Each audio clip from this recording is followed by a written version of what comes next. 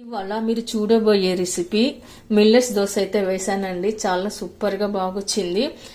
అయితే ఈ దోశ తినడం వల్ల లాభాలేంటి, హెల్త్కి ఎలా మంచిది అనేది మీకు ఇప్పుడు నేను చెప్తాను. ఈ మిల్లెట్స్ దోశలో అధిక మోతాదులో పీచు, ఫైబర్ చాలా పుష్కలంగా బాగుంటుందని, ఎముక పుష్టికి, దృఢం కావడానికి, చాలా హెల్త్ కూడా చాలా మంచిది. అలాగే వయసులో ఉన్న పిల్లలు కానీ, ఎదిగే పిల్లలకి కానీ, పండు ముసలి కానీ ఎవరికైనా సరే ఈ దోశలు మాత్రం చాలా అద్భుతంగా పనిచేస్తుంది. మార్నింగ్ బ్రేక్ఫాస్ట్లోకి కానీ, నైట్ డిన్నర్లో కానీ, లంచ్లో కానీ చాలా అద్భుతంగా ఉంటుంది దోశలు. అలాగే మిల్లెట్ దోశకి కాంబినేషన్ నేను కొబ్బరి చట్నీ అయితే చేశానండి. సూపర్గా ఉంటుంది, బాగుంటుంది కొబ్బరి చట్నీ. మరి మీరు కూడా ఒకసారి ట్రై చేయండి, మీకు ఎలా కుదిరిందో కామెంట్స్లో పెట్టండి. ఇప్పుడు మనం ఎలా చేయాలనేది రెసిపీ వెళ్ళి చూసేద్దాము రండి. హలో అండి, వెల్కమ్ టు మై టచ్ మన్పా కిచెన్. ఇవాళ మనం మిల్లెట్స్ దోశ చేసుకుందాము. మార్నింగ్ బ్రేక్ఫాస్ట్లో కానీ, లంచ్లో కానీ, డిన్నర్లో కానీ, ఏ టైంలో సరే, ఈవినింగ్ టైంలో సరే, ఏ టైంలో సరైనా మనం ఈ మిల్లెట్స్ దోశ వేసుకోవచ్చు.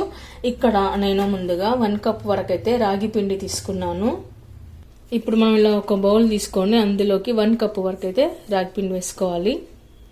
ఆ తర్వాత 1 కప్పు జొన్న పిండి, జావర్ ఫ్లోర్ వేసుకోవాలి. నెక్స్ట్ వచ్చేసి ఇప్పుడు మనము జొన్న పిండి వేసుకున్నాం కదా, ఇప్పుడు గోధుమ పిండి వేసుకోవాలి. 1 కప్పు గోధుమ పిండి.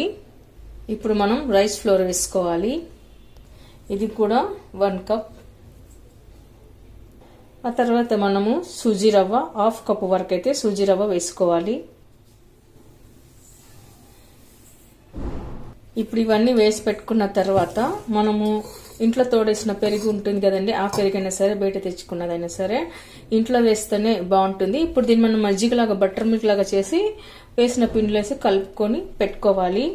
మజ్జిగ చేసుకోవడానికి ఇలా కంటైనర్ ఉంటుంది కదండి, ఇందులోకి అయితే మొత్తం మనం ఇంట్లో ఉన్న పెరుగును కానీ, బయట పెరుగునైనా సరే పెరుగునంత ఇందులోకి వేసుకొని మజ్జిగలాగా చేసుకొని పెట్టుకోవాలి. అలాగే ఇందులోకి కొద్దిగా వాటర్ అయితే వేసుకుందాము. ఇప్పుడు ఇలా మూత పెట్టేసి మనం బాటిల్ షేక్ చేసినట్లయితే మజ్జిగ అవుతుంది. చూడండి, ఇలా అయితే మజ్జిగ అయిపోయింది. ఇప్పుడు మనం వేసి పెట్టుకునే పిండిలనంతా ఒకసారి కలుపుకొని పెట్టుకోవాలి. అన్ని పిండిలన్నీ మిక్స్ అయ్యేలాగా కలుపుకొని పెట్టుకోవాలి.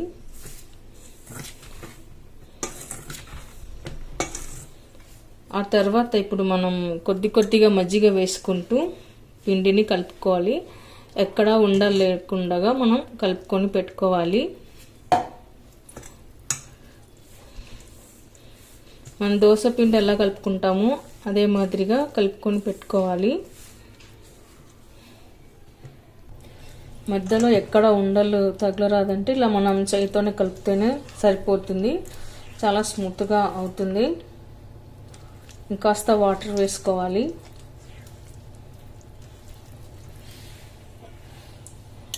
మజ్జిగలో వాటర్ కలిపానండి, ఇది వేసుకుంటే సరిపోతుంది. ఇంకా చిక్కగా అనిపిస్తే మనము వాటర్ వేసుకొని కలుపుకోవచ్చు. ఇలా మొత్తం పిండి అంతా కలిసేలా కలుపుకోవాలి.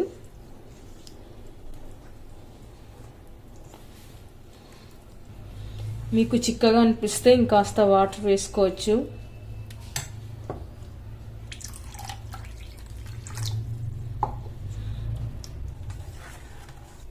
ఈ దోశలు కాస్త పలుచగా ఉంటేనే బాగుంటుంది, మంచి టేస్ట్ వస్తుంది. మీరు కావాలనుకుంటే చిక్కగా కూడా వేసుకోవచ్చు, ఉత్తప్పలాగా చిక్కగా కూడా పిండి తడుపుకొని వేసుకోవచ్చు. మనం ఇన్స్టాంట్ చేస్తున్నాం కాబట్టి మజ్జిగ వేయాల్సి వస్తుందండి. అప్పటికప్పుడు చేసుకుంటున్నాం ఈ దోశలు కాబట్టి మనం బటర్ మిల్క్ వేయాల్సి వస్తుంది.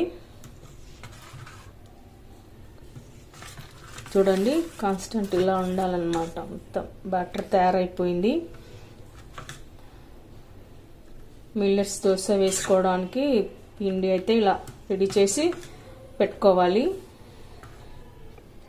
మనకు పిండి కలిపి పెట్టుకుంటే ఇలా ఉండాలన్నమాట.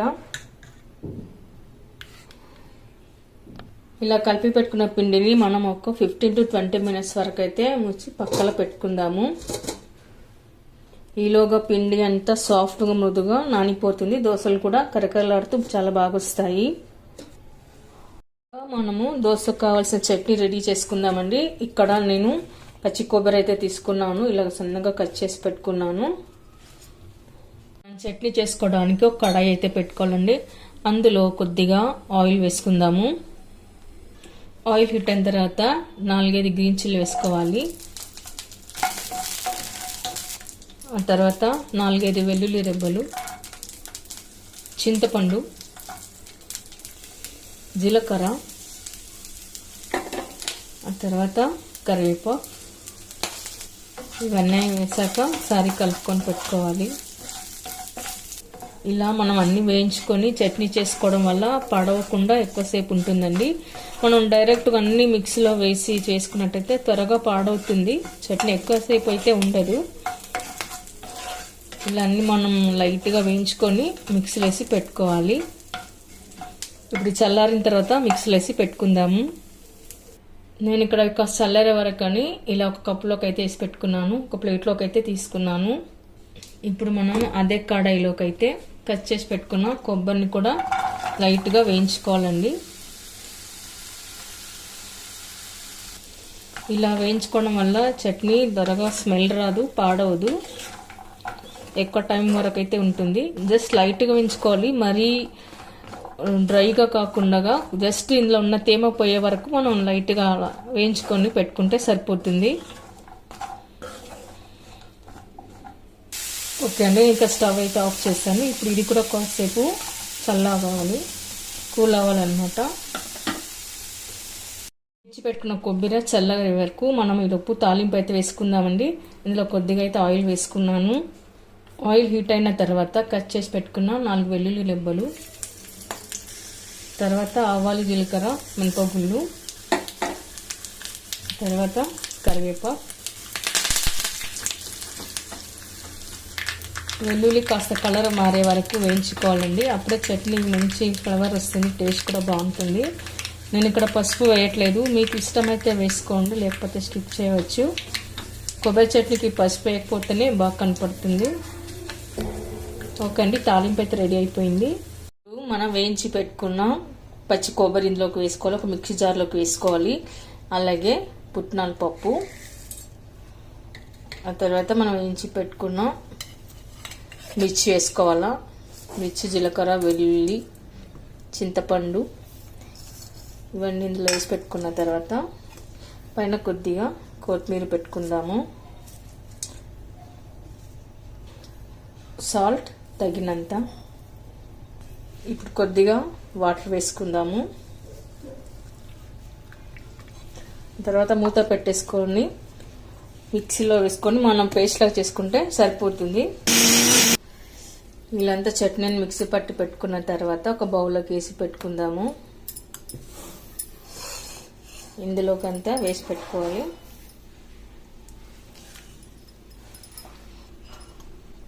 ఆ తర్వాత మనం తాలింపు వేసి పెట్టుకున్న దాన్ని కొబ్బరి చట్నీలోకి వేసి కలుపుకొని పెట్టుకుంది. ఇదంతా కలిపి పక్కన పెట్టిన తర్వాత దోశలు వేసుకుందాము. చూడండి, పిండి అంతా పర్ఫెక్ట్గా నానిపోయింది. ఒకసారి అంతా బాగా కలిపి పెట్టుకుందాము. ఇప్పుడు మనం ఇందులోకి కట్ చేసి పెట్టుకున్న కొత్తిమీర వేసుకోవాలి. ఆ తర్వాత కట్ చేసి పెట్టుకున్న క్యాబేజీ, ఇదే క్యాబేజీ లేనప్పుడు ఈరులు అయినా వేసుకోవచ్చు, ఆనియన్ అయినా వేసుకోవచ్చు. సన్నగా కట్ చేసి పెట్టుకున్న కరివేపాకు, జీలకర్ర, గ్రీన్ చిల్లీ సన్నగా కట్ చేసి పెట్టుకోవాలి. ఇప్పుడు ఫైనల్గా సాల్ట్ వేసుకోవాలండి, రుచికి సరిపడా సాల్ట్, ఉప్పు వేసుకోవాలి. ఇవన్నీ వేసాక బాగా కలుపుకొని పెట్టుకుందాము. పిండిలో అంతా బాగా కలిసిపోయేలాగా కలుపుకొని పెట్టుకోవాలి.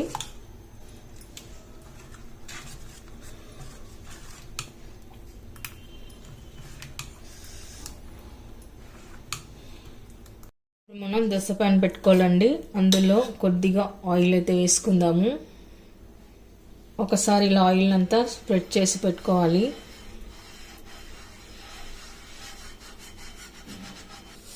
ఆ తర్వాత ఇప్పుడు మనం దోశలు వేసుకుందాము. ఇలా దోశ వేసుకున్న తర్వాత పైన కొద్దిగా ఆయిల్ అయితే అప్లై చేసుకుందాము.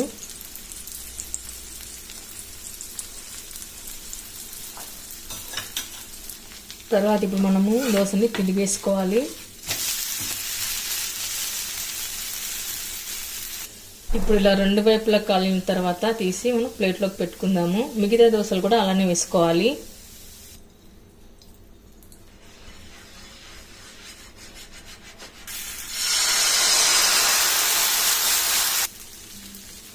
ఇప్పుడు లైట్గా ఆయిల్ అప్లై చేసుకోవాలి.